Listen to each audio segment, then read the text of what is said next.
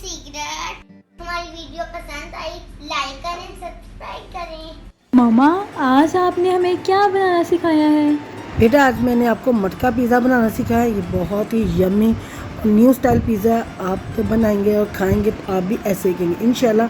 बहुत ही आसान और इजी रेसिपी है। चलिए मैं बताती हूँ मैंने कैसे तैयार की है। कैसे तैयार किया, इतने आसान और इजी तरीके से ये तैयार हो जाएगा। ये बहुत ही मज़े का और मेरे बच्चों को तो बहुत ही पसंद आया। ये बहुत ही आसानी से तैयार होता है। चलो मैं आपको बताती हूँ मैंने कैसे तैयार की है। पैन लिया, उसके अंदर मैंने 2 से 3 टेबल स्पून हमने घी शामिल किया है। घी शामिल करने के बाद अब मैं चिकन इसके अंदर शामिल करूँगी। मैंने इसको तिक्का पीस में कटा हुआ चिकन है। ये बहुत ही मतलब नॉर्मल साइज का चिकन है। इसको आपने इस तरह काट कर इसको हमें घी में इस तरह फ्राई करना है। अब आधा टीस्पून इसके अंदर मैं गार्लिक पेस्ट शामिल करूँगी। गार्लिक पाउडर मैंने बाज़ार का लिया है, आप बाज़ार घर की पेस्ट भी शामिल कर सकते हैं। आधा टीस्पून मैं इसके अंदर गार्लिक पाउडर शामिल करूँगी। वो डालकर इसके अंदर जब हम इसको फ्राई करेंगे तो इसके अंदर बड़ी अच्छा सा जायका शामिल होगा।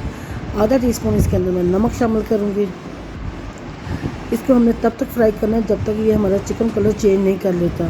अब ये देखिए चिकन ने काफ़ी हद तक कलर चेंज कर लिया हुआ है, तो हम लोग इसको अभी 1 से 2 मिनट और पकाएंगे। तो ये मुकम्मल तौर पर जब अपना कलर चेंज कर लेगा तो फिर हम इसके अंदर स्पाइस शामिल करेंगे। हमने कलर चेंज कर लिया हुआ। अब मैं इसके अंदर आधा टीस्पून रेड पेपर का शामिल करूँगी। उसको 1 से 2 मिनट तक पकाऊंगी। फिर आधा टीस्पून हम इसके अंदर ब्लैक पेपर का शामिल करेंगे और कोई इसके अलावा हमने कोई स्पाइस इसके अंदर शामिल नहीं करना। अब हम इसको 2 से 3 मिनट तक पकाना शुरू करेंगे ताकि ये स्पाइस इस चिकन के अंदर अच्छी तरह मिक्स हो जाए। अब ये काफ़ी हद तक मिक्स हो चुका है तो 1 टेबल स्पून मैं इसके अंदर चिली सॉस का शामिल करूँगी और 1 टेबल स्पून इसके अंदर मैं सोया सॉस का शामिल करूँगी। ये दोनों सॉस शामिल करने के बाद आपने चिकन को नॉर्मल आंच पे पकाना है। मैं अक्सर बताती हूँ आपको, आपने इसमें पानी बिल्कुल नहीं लगाना। हमने इसी तरह इस चिकन को पकाना है। ये इसी पानी में ये बहुत अच्छा सा चिकन हमारा तैयार हो रहा है। ये काफ़ी हद तक ड्राई हो चुका है और ये बिल्कुल सॉफ्ट हो चुका है। इसके अंदर अब ये चिकन बिल्कुल तैयार है। मैं इसको एक प्लेट में निकाल लूँगी। उसी साइड पे मैंने शवारमा ब्रेड ली है। ये आप उसके ऊपर मैं पिज़्ज़ा सॉस लगा रही हूँ जो मैंने घर पर ख़ुद ही तैयार किया है। आपको इसकी रेसिपी मेरे पेज पर मिल जाएगी। ये लगाने के बाद अब हम लोग उसको छोटे छोटे बाइट में काट लेंगे।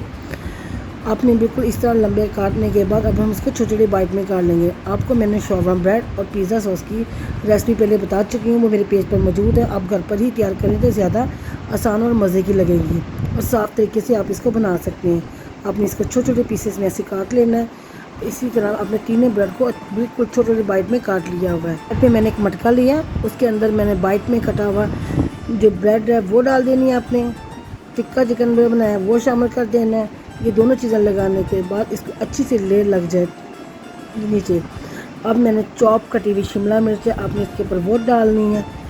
चॉप कटे हुए प्याज हैं, अब हम इसके ऊपर वो डाल देंगे। दोनों चीज़ डालने के बाद इसी तरह मैंने चॉप टमाटर काट के रखे हुए हैं। अब हम लोग इसके अंदर टमाटर शामिल कर देंगे।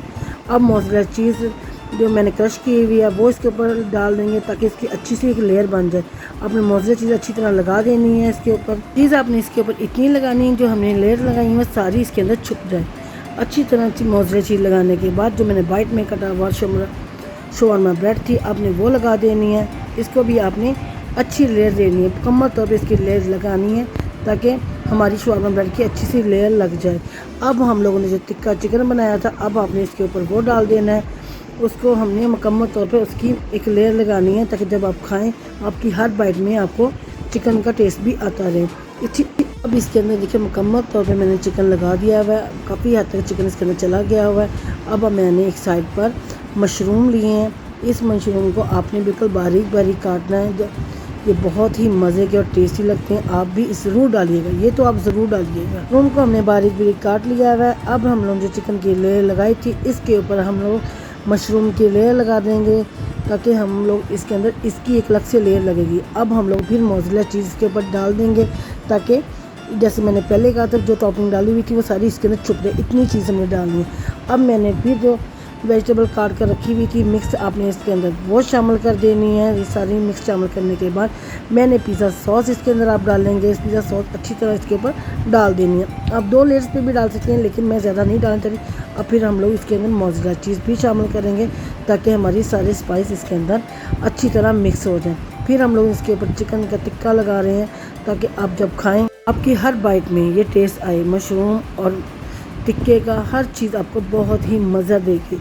अब मैं आपको दिखाती हूँ मैंने जो मोज़रेला चीज़ घर पर तैयार की थी, इसको आपने घर अच्छी तरह क्रश करना है। ये बहुत ही ज़बरदस्त किस्म की मोज़रेला चीज़ मैंने घर पर तैयार की है।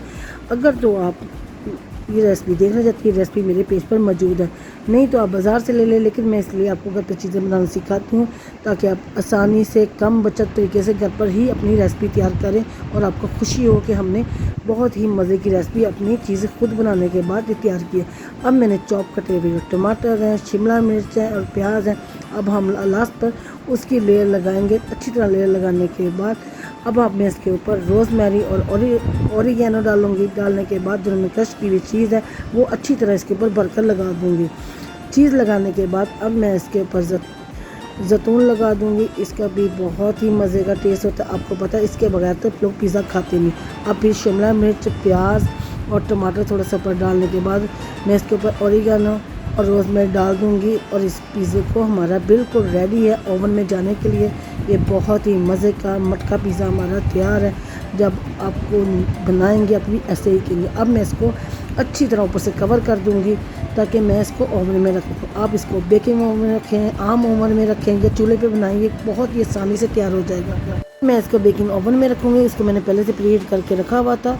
ये 10 से 15 मिनट में बिल्कुल तैयार हो जाएगा। आम ओवन में तो ये बहुत जल्दी तैयार हो जाएगा। अब ये तैयार हो चुका है। अब मैं आपको इसको डिश आउट करके दिखाती हूँ कितना मज़े का हमारा पिज़्ज़ा तैयार हुआ है। ये बहुत ही यम्मी है, टेस्टी है, यकीन करें बहुत ही मज़े का। अब मैं आपको इसको निकाल के दिखाती हूँ।